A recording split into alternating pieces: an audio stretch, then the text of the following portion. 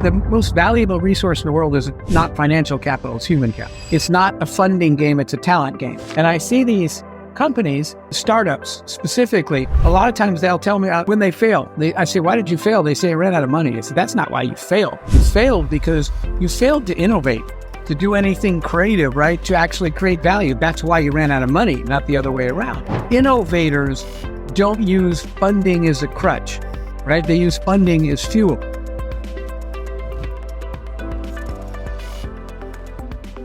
Hello and welcome to the Show Your Value podcast, where we explore the art of value creation in three macro buckets: material value creation, emotional energy value creation, and spiritual value creation. I'm your host, Lee Benson, and today my very special guest is Jeff Hoffman. Jeff is an award-winning global entrepreneur, motivational speaker, best-selling author, Hollywood film producer, Grammy award-winning jazz album producer, and executive producer of an Emmy award-winning TV show.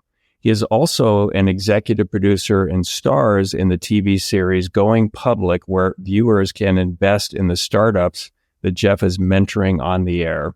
In his career, Jeff has been the founder of multiple startups, including several well-known names such as Priceline.com, Booking.com, Ubid.com, and more. Jeff is also the chairman of the Global Entrepreneurship Network, working with entrepreneurs in 190 countries. And I could go on and on here. There's some I could read for 2 hours and not get it all. So Jeff, thank you so much for being, really appreciate it. Absolutely, Lee. Thanks for having me. I had, when I was young, I wrote down these 3 sentences: dream big, work hard, create value. So needless to say, when I heard about your podcast about creating value, that was definitely an alignment for me. Yeah, well, you've definitely created a lot, and you're 100% self-made, come from money. You've created literally billions of dollars in value, and yet you keep pushing forward to drive this entrepreneurship sort of spirit in the world and giving back. I'd like to start with, how did you develop into a serial entrepreneur? Like, how did it start, and what got you on this journey? I would have never used the word entrepreneur, but I grew up with a single mom who had 4 kids and 3 jobs sometime. And growing up out there in Arizona, I played every sport. And when the season would change, the equipment would change, like cleats. And the last thing I wanted to do was stress my mom out. So I would do things like go down the street, knock on someone's door, tell them that their garage was embarrassing. This was an actual story that I went to a guy and said, you should be embarrassed. Your garage is a mess. And he's like, you knocked on my door to tell me to be embarrassed? I said, well, look at it. And he said, well, it's 112 degrees out. And I was like, you've had years to clean it. And the guy is like, who are you? Aren't you the kid from down the street? And I said, tell you what, since you're not going to do it, I'll clean your garage right now in the heat for whatever, $30 or $20 or whatever it was. So I was always out finding a way to take care of what needed to be taken care of. And it kind of created the relationship between wanting something, right? That's the big dream part, working hard, and just doing something that has value to people, something people will pay you for. So I got used to that formula as a kid. You want something, go do the work to get that thing. And if the work has to be worth somebody paying you for, that's the great value part, or nothing's going to happen. So that was kind of where I got sort of the entrepreneurial bug. Was back then as a kid in Arizona. Okay. And I got my start similarly, pulling weeds for 25 cents an hour, and it built from there, back in the day. Wow. And back then, you could buy, 2 candy bars and have change, back in the late 60s. Yeah, right. So that was pretty good. I've listened to a number of interviews that you've done, and you talk about culture, and I'm on my 7th company I've started from scratch. I've got one more plan to start coming up. I'm invested in a number. I work with a lot of companies, and I've always thought, I couldn't articulate it nearly as well a couple of decades ago as I can today, but I've always thought about value creation as, hey, we need more cash flow. We need profits. We need a viable business. But I thought about emotional energy as the X factor for leaders. It's like how they show up and all of that, and getting this sort of intrinsic productive energy going.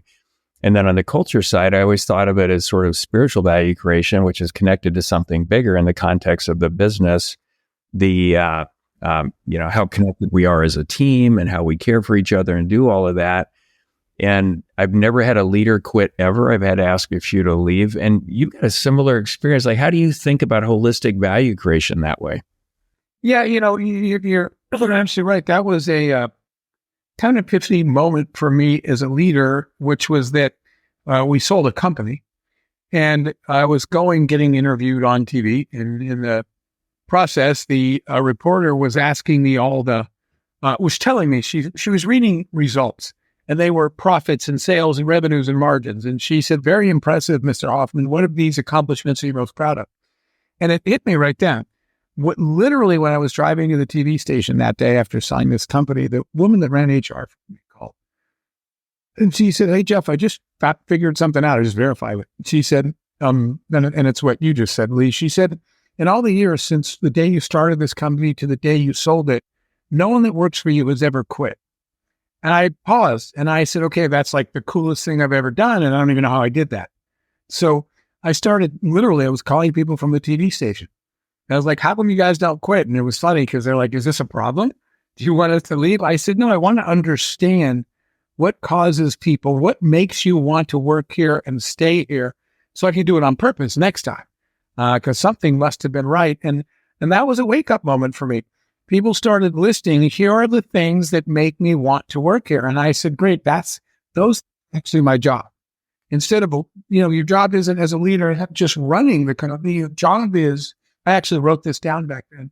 I said, your job is to build the place that all the best people in your industry want to work there and never want to leave. And that's a different assignment than just running the company every day. So I started dedicating time to creating an environment and to creating a culture that really good people wanted to go to, and then make sure that that's a place they wanted to stay. But I didn't know that was my job description until that day. Yeah. I find a lot of companies don't even have a description of what it means to be a leader inside their organization. I had somebody come in one day, and he said to me, now I had a management layer when I was growing the company. So the first time I had people report to me that had people reporting to them. And he said, I don't want you to solve this problem. I have an issue with an employee of mine. I want to handle it. And he said, but I'm lost right now, decision-wise. And he said, I need to see our employee policy manual. And I said, employee policy manual? And he said, don't we have one? And I said, absolutely not. And I said, do me a favor, gather everyone. We were 30 or 40 people. So gather everyone in the conference room. So I took the whole team into the conference room. And I said, everybody take out a blank sheet of paper. And I told them, draw a line down the middle. And I said, on the left side, I want you to write down anything that any boss or management ever did or said to you that made you feel unappreciated, undervalued, hate your job, quit your job, any of the negatives, right? What made you not like work? Write all those down. And then on the right side, I want you to do the opposite. What did any leader ever do to you? What behaviors or actions did they exhibit that made you feel valued and respected and love your job and want to be there? And they wrote down the left side, they wrote the right side. And then I gave everyone a thumbtack. And they're like, what is this for? I said, that's the new employee policy manual. I said, don't do the stuff on the left side because you said it made you feel devalued. And at least once a month, I want you to go out and find somebody to do something, one of those things on the right side of the chart that made you love your job. And those handwritten pieces of paper lasted a long time. It's almost like that book. Lee, you remember the book, Everything I Need to Know I Learned in Kindergarten? Don't push, don't bite, be nutty. It was kind of our employee manual, but I made them write it from their own experience. And that became kind of a way that we understood what adds value and what detracts value in the workplace. And a crazy idea. Why don't you just ask your employees what adds or subtracts to them? And I had never done that before then. Yeah. And that just came to you on the fly when that came up. And the employees really liked that. I said, this shouldn't be rocket science. And I don't want you doing the things now that you're a leader that other leaders did to you didn't like. And I want you to consciously adopt the activities of leaders you admire. And so that's what we wrote down. By the way, I just saw, are those pearls behind you? Oh, yeah. Drums? Yep. Okay. Like that with my drum set in the basement as well. When you get out to Arizona and you have a free few hours, let's jam. I would love to come by and do that sometime. Yeah, I remember, Jeff, in the late 90s, I had a set of alignment tools, values and all this stuff around the facility. And it just wasn't doing anything. It felt like expensive wallpaper. And I said, well, what are we really trying to accomplish? We want to create the conditions where at any point in time, 50% or more of our team members are performing, behaving, and leading as good or better than the top 10% at our strongest, most admired competitors. And I went to my 70 employees at the time and said, I need your help. Write down the behaviors of the best you've ever worked with on their best days. And then that distilled into what you're talking about, that I was able to kind of, bottle and scale. And every 6 months, every employee would have one example for each of the behaviors of how they applied it for the company. That was kind of a cool way. And I'll remember these until I'm not here anymore, because you were in my bones and everybody's bones. So I love that you did that, and you just did it on the fly. Yep. And that's just all part of that, the importance of, when I started, I was a CEO when I was 24. So I didn't have mentorship or experience. So back then I did not know the dramatic importance of culture in the workplace. I didn't even know that word. I just learned it along the way until I got to the point where, culture became very intentional. But at the beginning, no one said you need to create a culture within your company. Right? I would just handle things as they occurred. And later, in fact, let me just, if you don't mind, let me just say something about that, because I can tell you the day I figured out what it was supposed to look like. We would interview people, and as we were growing, and the interview, I was interested in something beyond the resume. And so what I would do is, let's say, Lee, you were coming in to interview with us, and you had 6 interviews lined up, 6 of my people, and they start at 8:30. What I was doing was I would tell you to come in at 8. When you get there, I would say, oh, you're a little early. Why don't you walk down the hall to our break room and have some breakfast? There's food and coffee. And when you got there were 3 of my employees in there having breakfast, except they weren't randomly in there as they appeared. I would pick 3 people every time. And I would say, go stay in the break room for those 30 minutes and no interviewing. I just want you to hang out and have breakfast with this person. And so we had 2 days in a row that we had people. And the first day, after the 25, 30 minutes, my employees came out doing this. I was down the hall. And I said, what? And they said, cancel the interviews. And I said, why? And they said, he's not one of us. Okay, they hadn't even interviewed him. They just had breakfast with him. The next morning, we had this Hispanic girl came in. Her English was so bad, it was comical. And apparently, during the breakfast, she pointed out, she leaned over and whispered, I don't really have the skills that this job description needs. And they're like, then what are you doing here? And she said, just give me 2 weeks. I'll figure it out. She said, there's nothing I can't tackle in 2 weeks. So 30 minutes later, they're in the hall. They said, we'll go ahead with the interviews, but just hire her. I said, why are you saying that? And they said, like, dude, she's totally one of us. So I sat there and I thought, and I'd ask this to all of your listeners right now. In your company, do you know what it means to be one of us? Can you define one of us? Because my employees totally knew what one of us looked like and what one of us didn't. And that's the day I realized we have developed a culture. We have a set of values and behaviors that it's over breakfast. I can say Lee is totally one of us or someone is not one of us. I just didn't realize it until that day because my employees were so firm about she's one of us and he's not. And I was like, obviously one of us means something around here. So that's what culture looks like when it works. I learned that day. Yeah, I think that's amazing. And we used to do culture fit checks, and I implemented that after a few bad hires. And all we would do is just come in and have a conversation about anything with the people they'll be working with. It wasn't sort of like the secret interviewers the way you were doing, but I love that. And a person would leave and they'd be hemming on, yeah, I think we should give them the job. We don't want to hold them back. I said, something's wrong here. And they say, I can't put my finger on it. I said, well, then we're not going to hire the person. And oh my gosh, did that work? That culture fit check that you're talking about. Yeah, it really just makes such a big difference. And again, I didn't realize it till then. So part of that, the next learning, Lee, was in an interview process or over breakfast. developing the right set of questions, which is apparently what you guys did to determine cultural fit. I didn't know I needed that. And you were just talking about that. You probably talk about that a little more. I just figured out later when we did what you did, where we had a couple of bad hires. And I was like, how did this happen? How did this person that's such a, not a skills, those are obvious, not a skills mismatch, a cultural and values mismatch. How did we hire this person? And it turned out if we'd asked a certain set of questions when we met the person, we would have been able to determine they were going to behave like this. And we didn't. So over time, we learned that you've got to develop a set of questions that determine cultural fit. And we got much better at it over time. Yeah, we did it for onboarding, but there's an energy that people have. And so not even having a set of questions, you're in the room, it feels right or it doesn't. Yeah. And Yeah. And even if you can't articulate it, but it doesn't feel right, we're not going to hire the person. There's a better with them somewhere else going on. Yep, that's completely agree.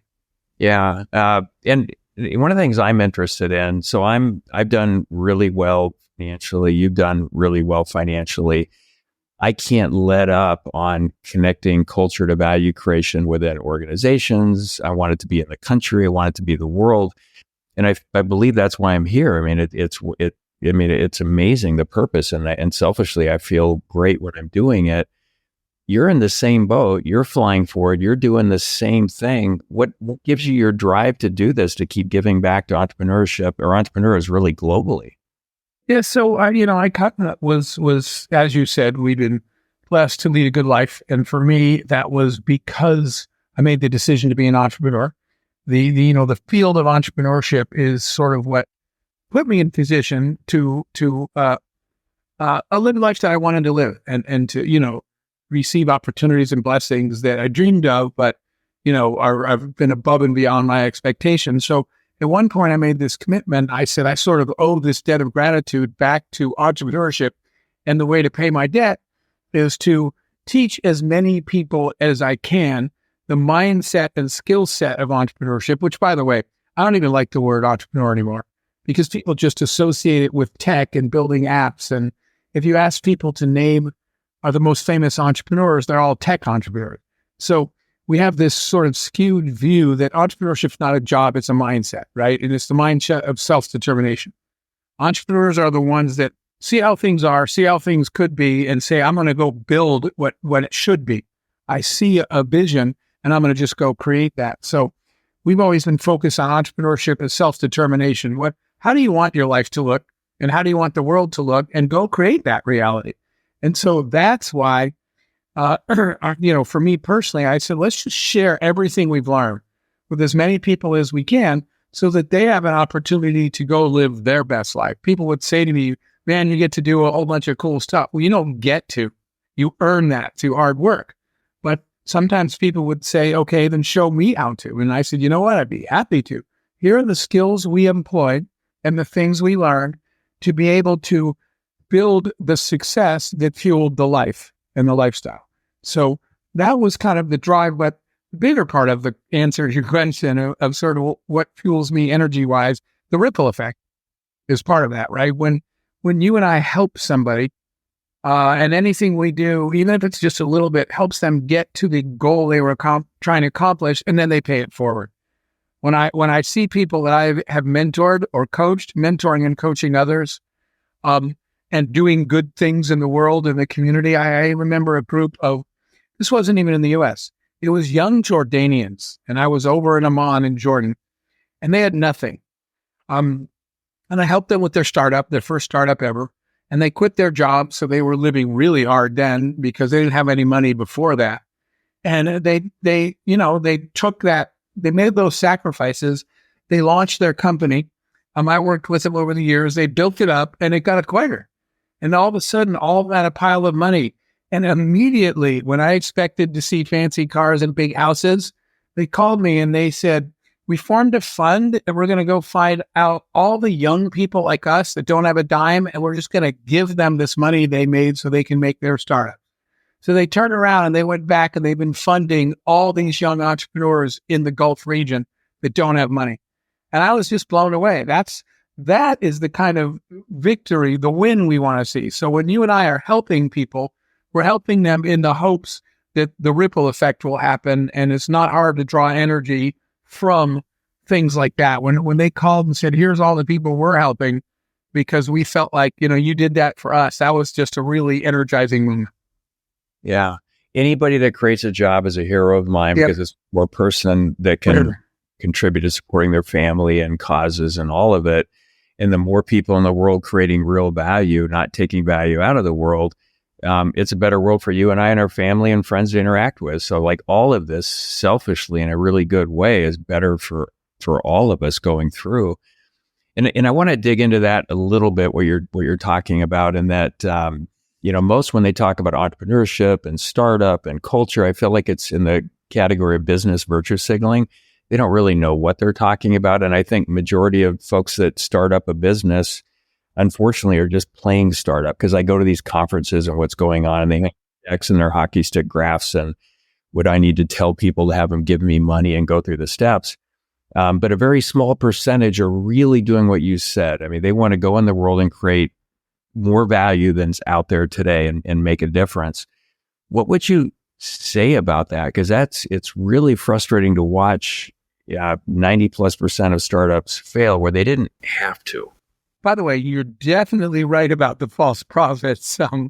A lot of these people are and I'm just going to say it, a lot of these people are paying money to go to these events, like you said, conferences, to, quote, learn how to launch a business from somebody whose only business is collecting money from people that want to launch a business, right? And I see these and I was like, wait a minute, you paid this money to go to this event.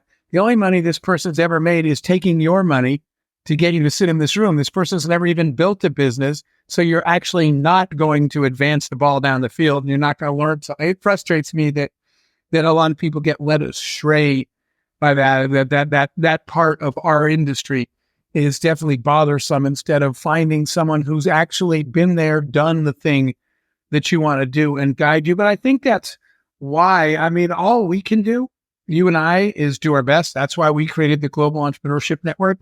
That's why you have this show, right? We'll try to share whatever we can share and hope we can get the right message to the right people in time. Because I didn't either, by the way. Accelerators weren't really a thing. There was no Techstars when I started up. And mentorship wasn't really a formal thing per se. And so I was making a lot of mistakes and stumbling and making the same mistakes 2 and 3 times and thinking to myself, somebody out there has already done this, knows how to do it, and could have told me not to turn left there. Where are those people? And so creating as many things, whether they're podcasts, whether they're just other forms of content or organizations like ours, trying to give access to best practices to the entrepreneurs to increase their odds of success is definitely a personal commitment. And that's why I'm spending this time with you too, because I know that's your commitment as well. Because you're right, a lot of these people didn't have to fail the way they failed. They just didn't have the data or the access that they needed to the right answers. Yeah, the right guidance. So learn from those that have been there, done that, and even better, still doing it. Because a lot of these experts, they couldn't do, after a while, they can't do the thing that they're talking about to save themselves. Right, I completely agree. So my consulting business, I'm on the front lines every day with startup, small, middle, and even large companies in the teams, equal brain in the room to create more value. And that makes me smarter every year. What do you guys focus on there? Every month. Connecting culture to value creation, but we go in, I developed a methodology called the MIND methodology, most important number in drivers. And so what's the one number at the top of the company that says you're winning or losing the game and will drive the majority of the right behaviors? And then we do that for every team, whether it's 1 team, 10 teams, hundreds of teams. It's so elegant and simple, and it catches fire on its own, unlike, OKRs and scaling up and all these other systems that are out there that don't stand the test of time. This actually stands the test of time, and not uncommon in a short amount of, a quarter or two, short amount of time, a year at the most, where we're doubling results, like 100% of the time across the board. And often we replace CEOs, and it's what's in their best interest financially when we do that. And the only time it fails is where the top leader can't get out of their own way for ego reasons and other things I'm sure that you've seen. And then, kind of starting at the startup, I like it when it's a mess because that's the highest leadership work we can do. And that's why we're here. And that's what leaders should embrace, not act like victims when the world isn't perfect. But what do you think the biggest, I have my thoughts, but the biggest miss in startups that fail? Like what do you think the biggest? Yeah, well, there's multiple, but as soon as you ask me that, one came to mind right away. It's an unhealthy dependence on funding to solve all their problems. So I always have to tell people this, that the most valuable resource in the world is not financial capital, it's human capital. It's not a funding game, it's a talent game. And I see these companies, startups specifically, that a lot of times they'll tell me, when they fail, I say, why did you fail? They say, I ran out of money. I said, that's not why you fail. You failed because you failed to innovate, to do anything creative, right? To actually create value. That's why you ran out of money, not the other way around. And so I see the other. I see people that are kind of seem to be sitting there and they're like, I'm like, when are you going to actually go out and create value? They say, as soon as we get funding.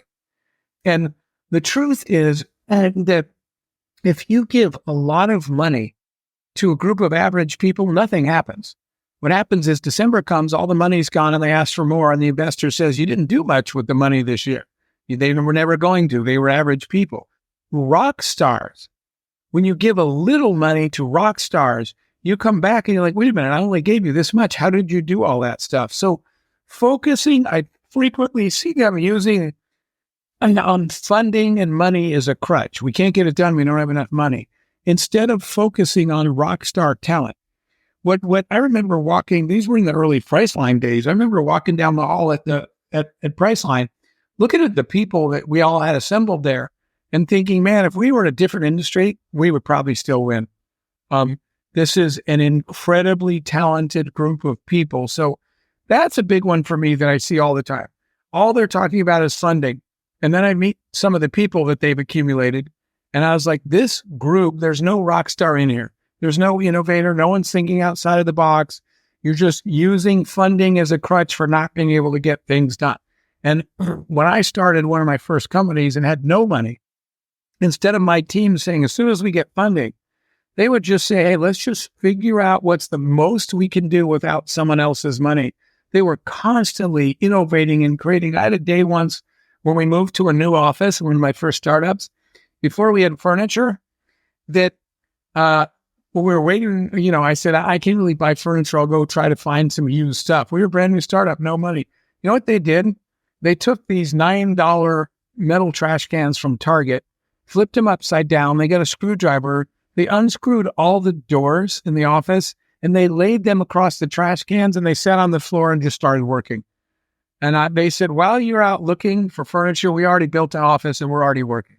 Innovators don't use funding as a crutch, right? They use funding as fuel. But most startups that I see tell me that we can't get it done. We can't succeed because we don't have enough money. How about you? Which ones do you see a lot of? That's the one that frustrates me. Yeah, I love 100% of what you said there. And, I've heard people say money can make you stupid, and I think it really does. A lack of it can really create sharper, better decisions for sure. And one of the big things is they've got this idea that they think the world wants, and it's a build it and they will come, strategy or fill the dream strategy. And that doesn't work. But they often love their stuff way more than the market. And they've made assumptions around that without this constant feedback, packaging and testing quickly to make sure we have something that can get scalable traction. And you can do that without a lot of money, even if the idea is around an app that could take, $10 or more million to develop. You can do it analog with your customers, one customer at a time, to figure this thing out before you pour anything into it. But they get the idea and they're millions, tens of millions down the road, years down the road, and none of it worked. And often that's where and they'll come to me like, what do we do? I'm like, well, we're going to change everything and we're going to do this and we're going to prove it before we spend another dime on anything. But that's what I see. happening. Yeah, and I always tell people that's the blinded by your own brilliance syndrome, right? They're just blindly believe that they're smarter than everyone and their idea is great and everyone's going to love it. Yeah. Yeah. Yeah. One of the things I do is I run something called Execute CEO Masterminds, and it's about full contact value creation. Like anybody that really wants to take it the next level, this is where you want to be, significantly different than most of the bigger ones that are out there. Anyone that I've seen, YPO, Vistage, all of those. And I've got this idea where, there's a number of kids in my circle of friends that are coming out of high school that already have traction. Like one kid hanging Christmas lights, 30-something thousand the first year, over 100,000 the next year, over 200,000. Now this year, I think they cleared 300,000. I'm going to start a junior execute group this year with kids coming out of high school. That's cool. Already have some traction.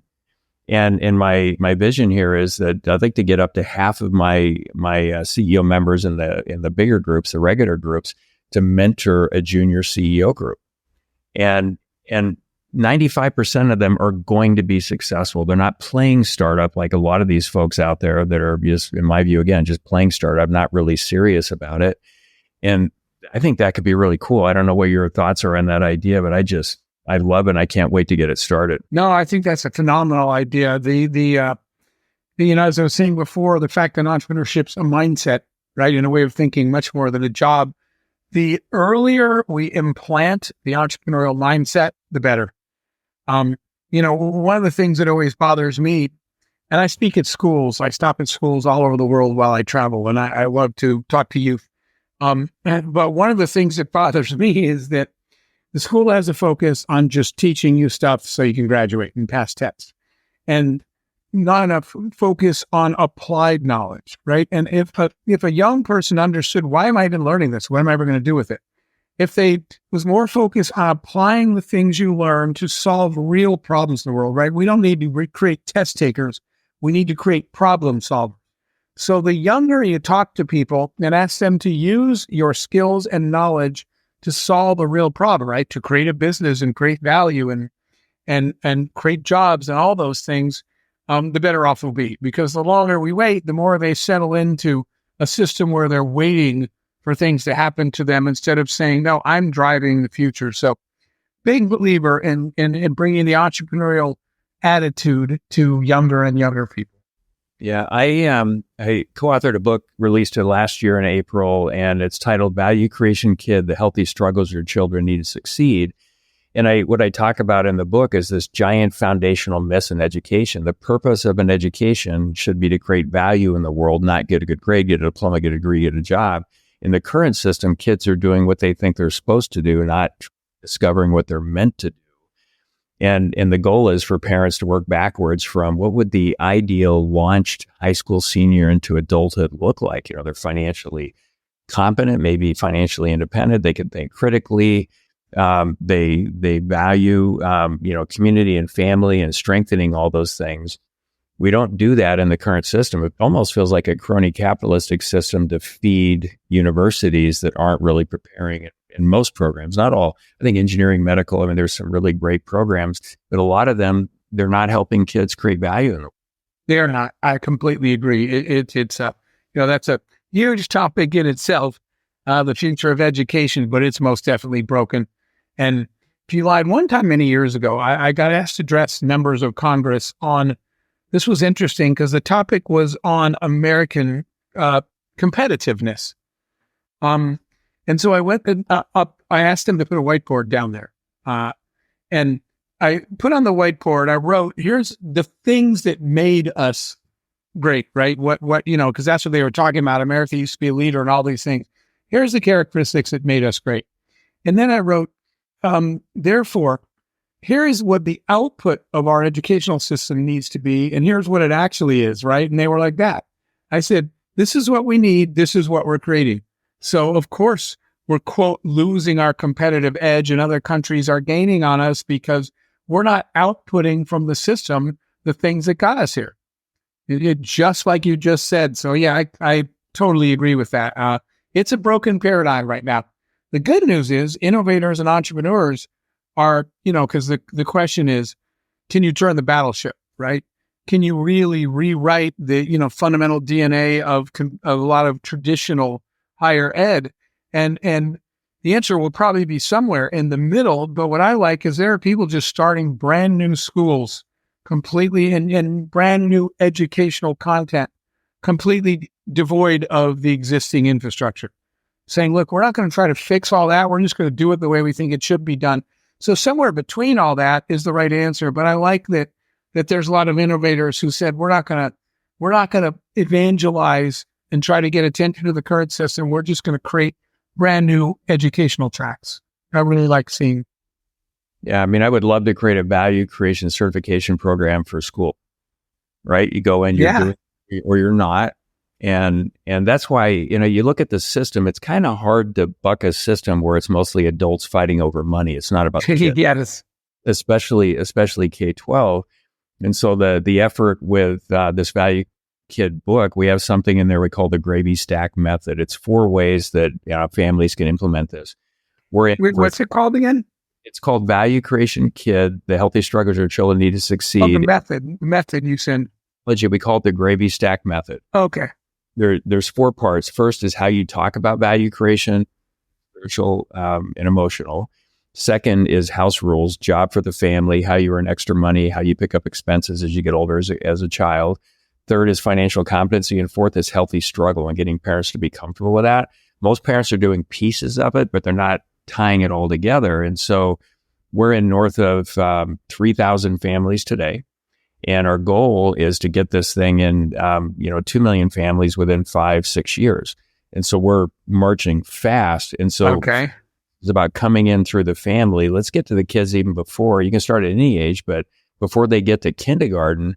And then we just start building this army of people that want to create value in the world. And then maybe more parents will get on school boards and start to make a change here to get back to why are we being educated? It doesn't have to even be formal. It's about creating value. Our customers aren't buying pedigree, right? Absolutely right. They actually don't care. They just care that it provides them value, like you said. It's interesting, pedigree, but if you have not created value, it doesn't matter what your pedigree is.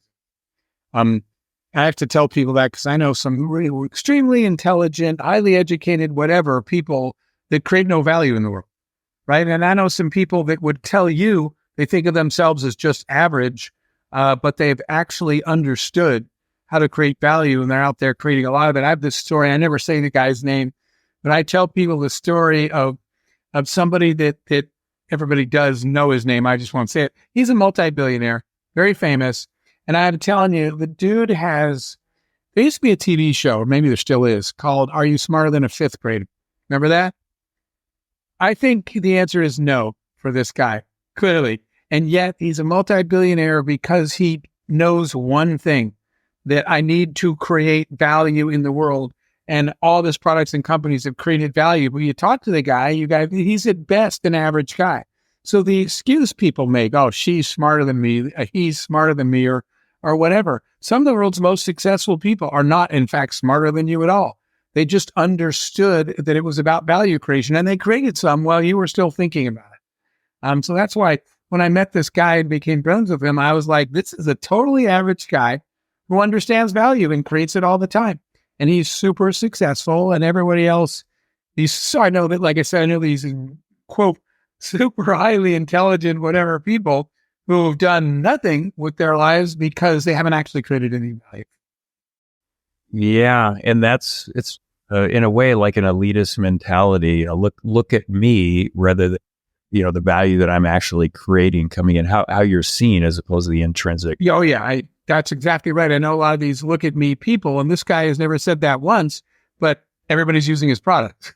He never says, look at me, just build stuff that products and services that add value to people's lives. They're happy to pay for them. People will ask me, and I can tell right away which side they're on of this fence. My first book, Your Most Important Number, which outlines this methodology for operationalizing value creation with organizations. One group will say, how has it moved the needle and how has it created value in the world? Most people will say, oh, you must be so proud you're an author. I'm like, oh my gosh, it's a lot of work to write a book. It's not about that. It's about moving the needle. Sure. And we're in this world of look how I'm seen instead of the value that I'm really trying to create. Same thing with college. You get out of college, you must be so proud your son went to this university. That's what an accomplishment.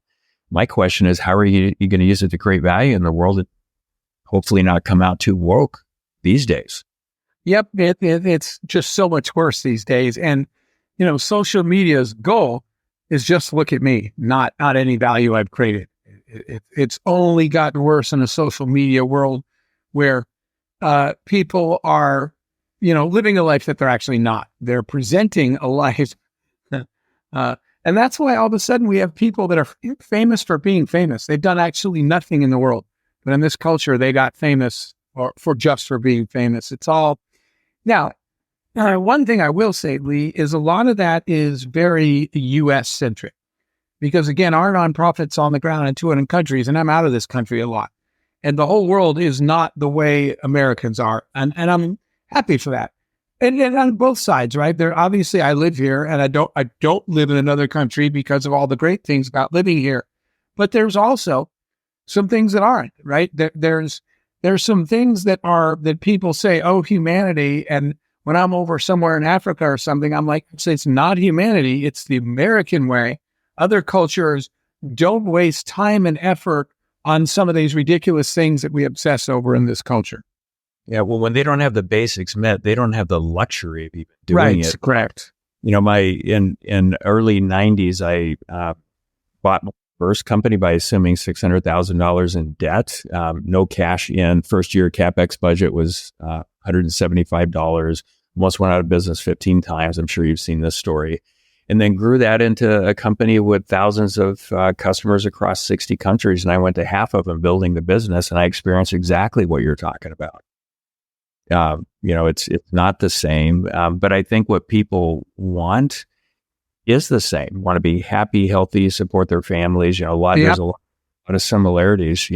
That's the good news, because sometimes people ask me that, since I do travel all over the world to well over 100 countries that I've spent time in, and people ask me that, and that's the good news. The good news is, in the end, everybody's just trying to do their best, take care of the people they love, raise their families, right? Live a peaceful, productive life. That's good news. At the core, everybody wants the same thing everywhere. All the rest of it is politics and media layered on top of it that make things look different than they are. But when you get to the root of it, we all want the same things. Yeah, 100%. I wish we had 3 days. I've got that many questions and more. And one question will probably lead a whole day of questions. This has been just amazing for me. I can do a couple more if you'd like. Okay. Well, one I'd love to get into is, I've heard you talent will find you. You have to hunt. And so, talk about talent. How do you know when it's right? And what does a hunting day look like? Sure. Thank you for asking that, because I mentioned earlier that when I look back, the key to success for us was rock stars. And a lot of times you'll meet somebody that's the rock star at their job. And what founders tell me is, well, I can't afford him. Lee's really good and he's really expensive.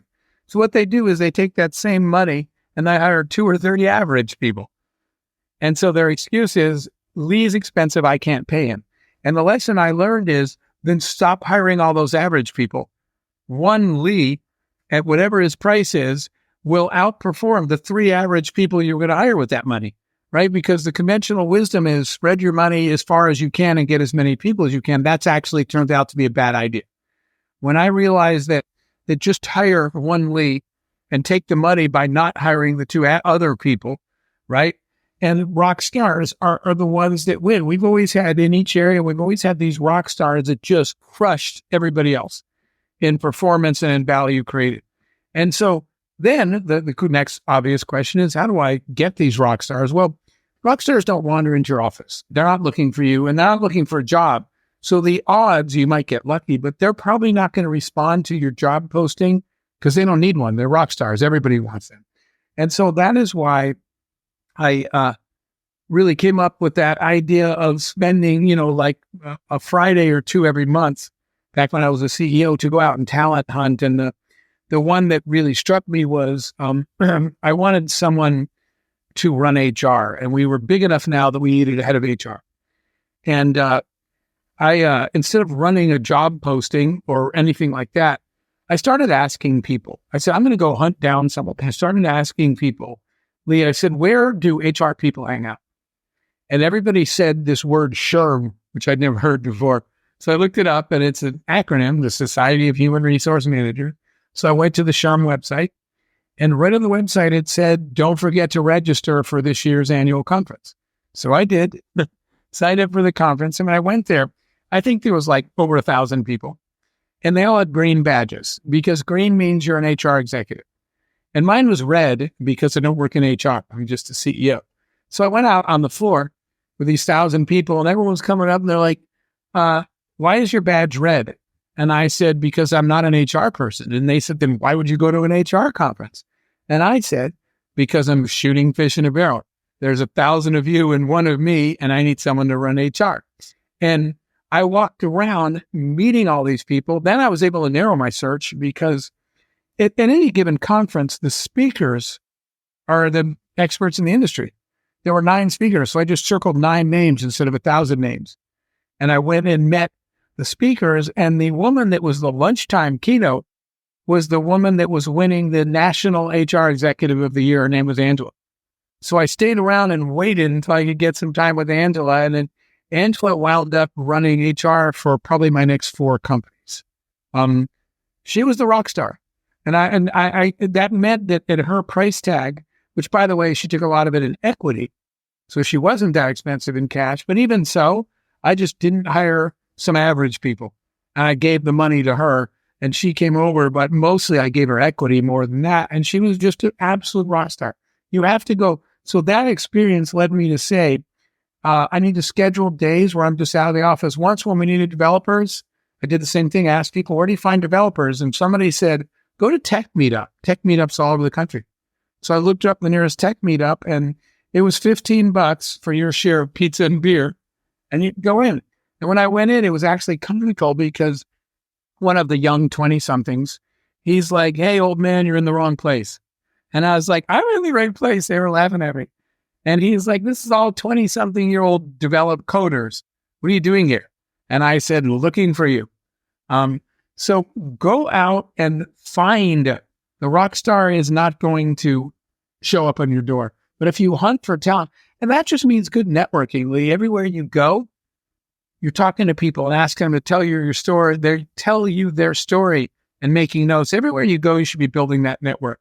So by the time you need someone, that's not the time to build that network. By the time you need someone, you already know somebody that you want to call and try to talk them into joining you. Yeah. I've heard you say, be the person that people want to be around, right? Yeah. And that's such a critical part of it. And we can make a bad hire. I'm sure you've never made a bad hire in your entire life. But the important thing to give them a guaranteed entitlement right out of the gate, make them earn make them earn the bonuses, et cetera, right? Lee, that's one of the biggest mistakes now when I'm counseling CEOs. They're like, how do I get rid of him? And I was like, wait, you gave them all the equity up front and you gave them all this money up front a lot of time before they earned anything? I have to tell people, you should have never done that. People have to earn their keep. And the good news is rock stars already know they'll perform. So they're fine to sign up for that. If people that are arguing with you know I want everything now, those people are doubting their own ability to perform. The rock star is like, hey, man, I don't want an upper end cap. I want a percentage because I'm going to crush this. That's what rock stars say. Not rock stars say, no, I need everything now. That means I don't believe in the future of the company and I don't believe in my ability to create value. So I always tell people that's a red flag. I'm glad you brought that up. And I see that a lot too. And, in a way, you need to plan for the divorce right out of the gate, have good agreements in place. And yep, we will make a mistake from time to time. For sure. On hires and even the senior leadership team hiring. Jeff, if people want to learn more about the work that you're doing to kind of get your out into the world in a bigger way, how can they do that? Yeah, so I do have a website, jeffhoffman.com. I'm on LinkedIn the most. I think the fastest way. There's a lot of Jeff Hoffmans. So if you do on LinkedIn, Jeff Hoffman Priceline, it goes right to profile. I would say LinkedIn, and or you can just email. And my email on my website is just my name, Jeff@jeffhoffman.com. Okay. Thank you. And it's been a real honor to speak with you. Lee. It's so rare I get to talk to people like you that have the experience and have done it. It's just the wisdom's incredible. Thank you so much. Thank you. All right. And this has been the Show Your Value podcast, where we explore the art of value creation. If you got some value out of the show today, please like this episode and leave a review. And until next time, go forth and create value.